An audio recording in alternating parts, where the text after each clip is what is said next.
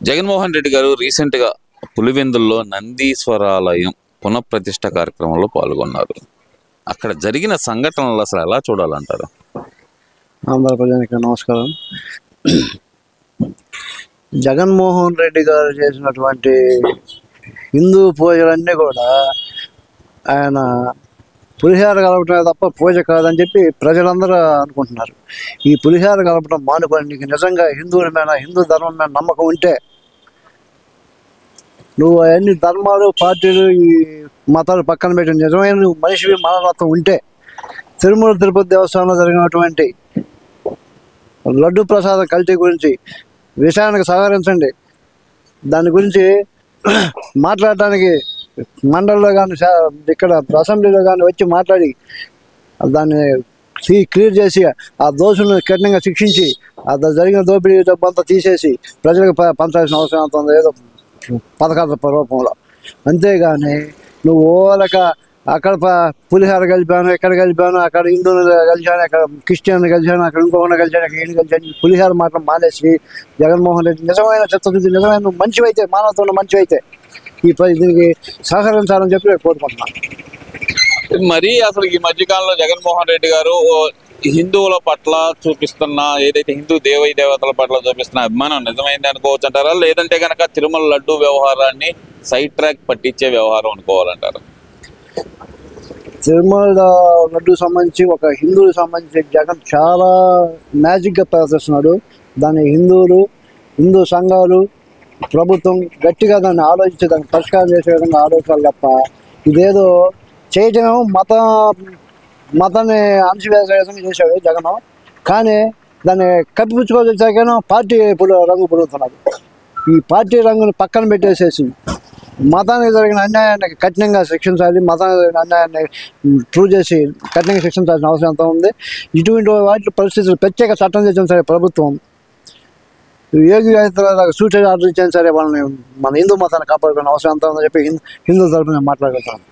ఇక్కడ ఇంకో విషయం కూడా ఏంటంటే కనుక గత కొంతకాలంగా చూస్తున్నాం, ఇటు జోగి రమేష్ కానీ, ఇటు అంబటి రాంబాబు కానీ రెచ్చగొట్టే వ్యవహారం మళ్ళీ పదే వాళ్ళు మాట్లాడుతున్నారు. లోకేష్ నీ రెడ్ బుక్ మా ఇంట్లో కుక్కలు కూడా భయపడవంటూ ఒక పక్కన అంబటి రాంబాబు చెబుతుంటే, మరోవైపును చూసేసరికి ఏదైతే కనుక జోగి రమేష్ నిన్న మాట్లాడుతూ నీ రెడ్ బుక్కి ఇంట్లో పిల్లలు కూడా, పసిపిల్లలు కూడా భయపడరు, ఏం చేస్తావు నువ్వు అంతకు మించి అంటూ ఆయన రెచ్చగొట్టే వ్యాఖ్యలు ఎందుకు చేస్తున్నారు అనుకోవచ్చు అంటారు వీళ్ళు? వీళ్ళు భయపడేది ఏంటి? చట్టానికి ప్రతి ఒక్కరు భయపడాలా. చట్టం అంటే భయం లేదు, దేవుడు అంటే భయం లేదు. నృత్యాల గురించి అసలు వీళ్ళ గురించి ఎవరు మాట్లాడుకుంటారు, అసలు వీళ్ళ గురించి ఎవరు భయపడతారు? అసలు వీళ్ళ గురించి ఎగలేని ఆట కూడా వీళ్ళ చూస్తే వీళ్ళ గురించి ఎవరు అనుకుంటారు? అసలు వీళ్ళెవరు కోనికేసుగా గొట్టం కాదు అక్కడ చూస్తే. వీళ్ళ మాటలు ఎవరు ఉంటారు? నిజంగా ఒక హిందువు పుట్టకు పుట్టి ఎదవల్లాగా మాట్లాడుతున్నారు వీళ్ళు. మామూలుగా ఒక హిందువులాగా మాట్లాడిన మీరు జరిగింది ఏంటి, అక్కడ వచ్చిన సందర్భం ఏంది, హిందువులతో కలిసి దాని గురించి మాట్లాడాలా. నువ్వు భయపడకంటే భయపడిపోతే ఒక్కొక్కరిని సూసైడ్ ఆర్డర్ కల్పించాల్సి వస్తుంది గవర్నమెంట్ ద్వారా, డిపార్ట్మెంట్ చేత. ఎందుకు భయపడదు? చట్టానికి భయపడతారు. చట్టానికి భయపడితే భూమి మీద మీకు హక్కు లేదు, భారతదేశ భూమి మీద బతకడానికి. స్పష్టంగా నేను చెప్తున్న ఈ విషయం, ప్రతి ఒక్కరు చట్టానికి లోబడి బతకాల్సిందే. చట్టాన్ని మేము బాధపడమంటే మీకు భూమి మీద నూకలు చెల్లిపోయినట్టే. అదే చట్టం ద్వారా మిమ్మల్ని సూసైడ్ ఆర్డర్ ఏది సూసైడ్ చేసిన అవసరం అంతా అని చెప్పిన సందర్భంగా కోరుకుంటూ గవర్నమెంట్ని కూడా డిమాండ్ చేస్తున్నాం. ఇటువంటి ఎదవల్ని భూమి మీద బతకడానికి ఇల్లు లేకుండా చేయాల్సిన అవసరం అంతా ఉందని చెప్పి అర్థం చేసుకోవాలి. గవర్నమెంట్ కూడా డిమాండ్ చేస్తా ఉన్నాం. ఎందుకు మరి గవర్నమెంట్ వెనక తగ్గుతుంది? మేము తిరుమల లడ్డు వ్యవహారం మీద, కల్తీ మీద మేము మాట్లాడడానికి శాసన మండలిలో సిద్ధంగా ఉంటే గవర్నమెంటే వెనక తగ్గుతుంది అంటూ మరి వైసీపీ నాయకులు మాట్లాడుతున్నారు కదా.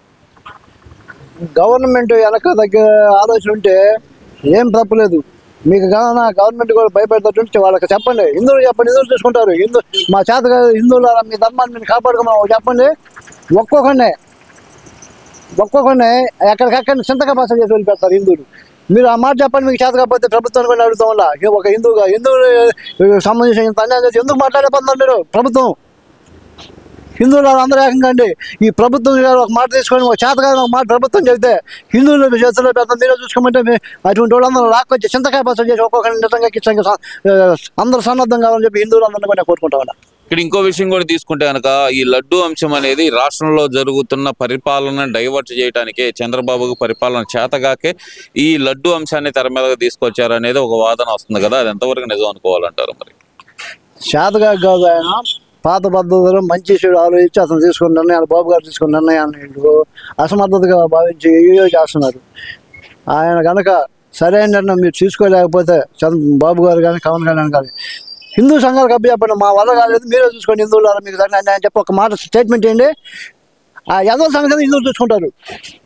మీకు చేస్తారో చేయండి, లేకపోతే హిందువులు చూసుకుంటారు. హిందువులు అందరూ ఏకంగా అండి, హిందూ సంఘాల అందరూ కూడా ఎలర్ట్ అవ్వాల్సిన అవసరం అంతా తీసిపెట్టి యాదవుల్ని బుద్ధి చెప్పాల్సిన అవసరం అంతా అని చెప్పి హిందువులందరూ కూడా నేను కోరుకుంటామని.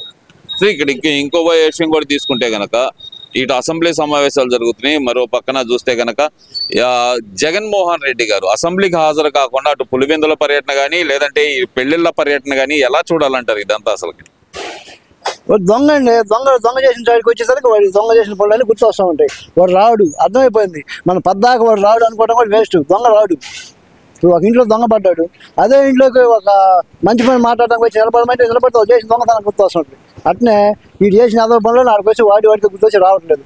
వాడు రాడు, వాడు రాలేదు అనుకోవడం మా తప్పు. దొంగ రాడు కాబట్టి ఆ దొంగని ఎట్లా శిక్షించాలో దానికి ప్రయత్నం చేయాల్సిన అవసరం అంతా ఆలోచించాలి. కానీ పద్దాక నువ్వు రాను కూడా ఎందుకు వస్తాడు? వస్తే వాడు దొంగతనం అంతా బయట వేస్తానని తెలుసు. వాడి కూడా గుర్తు వస్తాడు. గుమ్మడికాయలు దొంగలని భోజనం చేయవచ్చు అనుకున్నట్టుగా వాడి గుర్తు వస్తే వాడు రాడు. అందుకని చెప్పి వాడు రాలేదు అనుకోవడం మన తప్పు. వాడు రావాల్సిన అవసరం కూడా లేదు. వద్దు, అటువంటి దొంగ మన పవిత్రమైన అసెంబ్లీలో అడుగు పెట్టడానికి కూడా మనం కూడా ఒప్పుకోకూడదు. నెక్కచ్చిగా అటువంటి దొంగలకి ఎట్లా శిక్ష చేయాలో, ఎట్లా వాళ్ళని వాళ్ళ అవినీతి సొమ్మంతా ఎట్లా కక్కించాలి దాని గురించి ఆలోచించాలి తప్ప నువ్వురా ఏం వాడిని పిలిచేది? చిన్న పిల్లగాడా? వాడు తెలియదా? 5 సంవత్సరాలు పరిపాలన చేసినవాడు వాడు తెలియదా? వాడు దొంగ ముఖం సాటేశాడు. ఆ ముఖం సాటేసిన దొంగనే ఆ రాజకీయ ముసుగు పక్కన పెట్టేసి ఆ దొంగని ఎట్లా శిక్షించాడో అట్లా శిక్షించాలి. కానీ పద్దాక నువ్వురా మనం అంటే కూడా మన కూడా పొరపాటు అవుతుందని చెప్పి సందర్భంగా చెప్తాను. మొన్నటి వరకు రప్ప అన్నారు. నిన్నటి నుంచి అయితే కనుక నెల్లూరు జగన్మోహన్ రెడ్డి పర్యటనలో అయితే కనుక రక్తంతో హోలీ ఆడతాం మేము జగన్మోహన్ రెడ్డి అధికారంలోకి రాగానే అంటూ వాళ్ళు చేస్తున్న నినాదాలు ప్రభుత్వం చేతగానితనం అనుకోవచ్చు అంటారా? లేదంటే గనక ప్రభుత్వం ఉదాసీనతే వీళ్ళకి ఈ మాటలు ఇస్తుంది అనుకోవాలంటారా? వాస్తవంగా ఇది ప్రభుత్వం ఉదాసీనత అనుకోవాలా. వాళ్ళు అట్లా మాట్లాడే కఠినంగా శిక్షించాల్సిన బాధ్యత ప్రభుత్వం ఉందా లేదా? వీళ్ళు ఎందుకు ఆ నిర్ణయాలు తీసుకోలేకపోతున్నారు? దానికి అర్థం ప్రభుత్వం పాలసీని కూడా అనుకోవాల్సిన అవసరం అంతా ఉంది. కాబట్టి ఆ అవకాశం ప్రజల్లో మాటల భావన రానికుండా చేయాలంటే కఠినంగా శిక్షించాలి. హిందువుకు సంబంధించి ఎన్నో తప్పులు చేశారు. రథాలు తగలబెట్టారు, ఎండి దొంగలించారు, ఎన్నెన్నో చేశారు. ఇన్ని చేసినా మళ్ళీ పవిత్రమైనటువంటి దేవాలయాల లడ్డు కలిసి చేశారు. ఇన్ని చేసినా మీరు ఉంటారు అవసరం ఉంది. మీరు ఎందుకు ఇట్లా చేస్తున్నారు? ఈ రక్తంతో హోలీ ఆడతాం అనే మాటలను అసలు ఎలా చూడాలంటారు? ఈ రెచ్చగొట్టే వ్యాఖ్యలను ఎలా చూడాలంటారు? అదేమంటే రెడ్ బుక్ అంటున్నారు, అరెస్ట్ చేస్తే రెడ్ బుక్ అంటున్నారు, మాట్లాడితేనో రక్తంతో హోలీలు ఆడతాం అంటున్నారు. ఎలా చూడాలి ఇదంతా? మరి దీన్ని జగన్మోహన్ రెడ్డి గారు ఎందుకని ఖండించలేకపోతున్నారు అనుకోవచ్చు అంటారు? అన్నీ తెలుసు, ఖండించలేక కాదు. వాళ్ళు ప్రస్తుతానికి ఆ యాక్షన్ డ్యాన్స్ అవసరం వాడికి. ఇక్కడికి వచ్చినప్పుడు ఈ డాన్స్, అక్కడ పోయినప్పుడు ఆ డాన్స్. నువ్వు ఆ డాన్స్ ఎన్ని ప్రజలు గమనిస్తున్నారు. ఒక ప్రభుత్వం ఏమన్నా మంచితనంగా ఉన్నా కూడా ఉదాసీనతనంగా ప్రజలు గమనిస్తున్నారు. బుద్ధి తెచ్చుకొని గొళ్ళు దగ్గర పెట్టుకొని మాట్లాడేటప్పుడు ప్రతి ఒక్క వైసీపీ కూడా చెప్పి తెలియజేస్తున్నా. కానీ చేయాల్సిన తప్పులన్నీ చేసి అది పక్కన పెడదాం. ఎందుకు పెడదాం పక్కన? ఆ దొంగతనం తేల్చాలన్నారు కానీ పక్కన పెట్టింది. ఒక దొంగతనం జరిగిందని ఒక ఇంటి వాళ్ళని కలిపి పక్కన పెడదామంటే అతను తెలుసు ఎంత కష్టపడి సంపాదించుకున్నా దొంగలించాడు. దొంగ సంపాదించిన అతను తెలిసింది. ఊరగా గొట్టంగాడు ఎవడో పక్కన నుంచి నలుగురు వచ్చి ఏమో పక్కన పెట్టాను ఒక మాట అంటే అటువంటి అతనికి అట్నే హిందువులకు తెలుసు. హిందువుల ముసుగులో, పార్టీల ముసుగులో దొంగ వేషాలు, ఎద వేషాలు చల్లమని చెప్పి సందర్భంగా తెలియజేస్తా. మీకు ప్రభుత్వానికి నేను గట్టిగా అడుగుతా ఉన్నా. మీ వల్ల కాదు, మా వల్ల కాలేదు, హిందువులారా మీకు జరిగిన మీడియా తెలుసుకొని ఒక స్టేట్మెంట్ ఏంటి? హిందువులందరూ ఒక వయసు తెలుసుకుంటాం. అంతేగాని పద్దాక మీరు అడ్జస్ట్ తేలిపోయింది కదా, కలిసి అని తేలిపోయింది, శిక్షణ పడుతున్నాయి, పలానా అన్ని బయట పడిపోయినాయి. నువ్వు మరి తప్పుదో పట్టడానికి మళ్ళీ ఏమన్నారు? హెరిటేజ్ అన్నారు. మరి హెరిటేజ్ తెలిసి అన్నారు. బట్టి మీరు హెరిటేజ్ మీ ప్రభుత్వం ఉన్నది అన్నీ తెలిసి మీరు దాన్ని సహకరించారా?